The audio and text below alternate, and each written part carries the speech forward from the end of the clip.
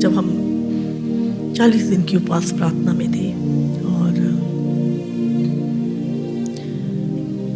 एक दिन परमेश्वर ने एक दर्शन दिखाया। जो पिरामिड है उसके नीचे, जो बड़ा वाला पिरामिड है उसके नीचे रेप्टिलियन रहते हैं, बड़े बड़े, पूरी एक कौम जिन्नात की वहां पे रहती है। और मैं आज एक न्यूज़ देख रही थी, जस्ट ऐसी सामने आया वो, उसमें लिखा था कि पिरामिड के नीचे एक पूरा नगर बसा हुआ है। कहते ये खोज निकली है। आप देख रहे हैं स्पेशल रिपोर्ट और आपके साथ में विजेंद्र सोलंकी। गीजा के पिरामिड्स दुनिया के वैज्ञानिकों के लिए हमेशा से ही एक अबूझ पहेली रहे, लेकिन अब जो खुलासा गीजा के पिरामिड्स के लिए हुआ है उसने वैज्ञानिकों के साथ साथ सभी को चौंका दिया है। क्योंकि जो रिसर्च हुई है वो बताती है कि गीजा के पिरामिड जमीन के ऊपर जितने नजर आ रहे हैं उससे कई गुना ज्यादा जमीन के अंदर मौजूद है।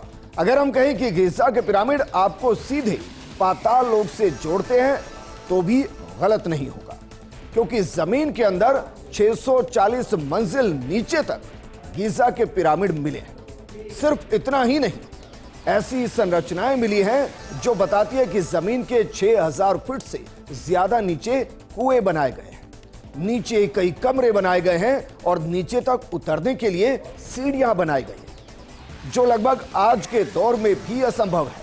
तो फिर ये 4000 साल पहले कैसे संभव हुआ? क्या सच में इन पिरामिड्स को एलियंस ने बनाया है या फिर ये अपने आप में उड़न तस्री है? क्योंकि रिसर्च हमें यहां तक लेकर जाती है कि जो स्ट्रक्चर जमीन के नीचे मिला है वो पृथ्वी की ऊर्जा का इस्तेमाल कर अन्य ऊर्जा को बना सकता है। यानी ये गीजा के पिरामिड क्या सच में कब्र नहीं बल्कि एक ऊर्जा संयंत्र है? इस रिसर्च ने पूरी दुनिया को हिला दिया है, क्योंकि ये सच है कि ये अविश्वसनीय है, अकल्पनीय है और अपने आप में अद्भुत है। लेकिन क्या सच में जमीन से 6000 फीट नीचे एक शहर था, या फिर एक शहर है जो अभी भी जिंदा है?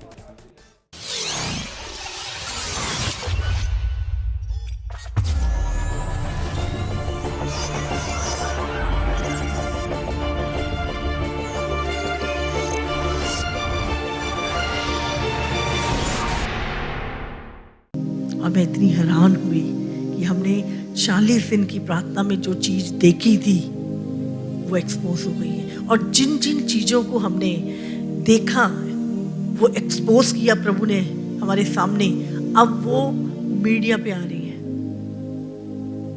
समझ रहे? प्रभु जिन चीजों को एक्सपोज कर देता है फिर वो पूरी एक्सपोज हो जाती है,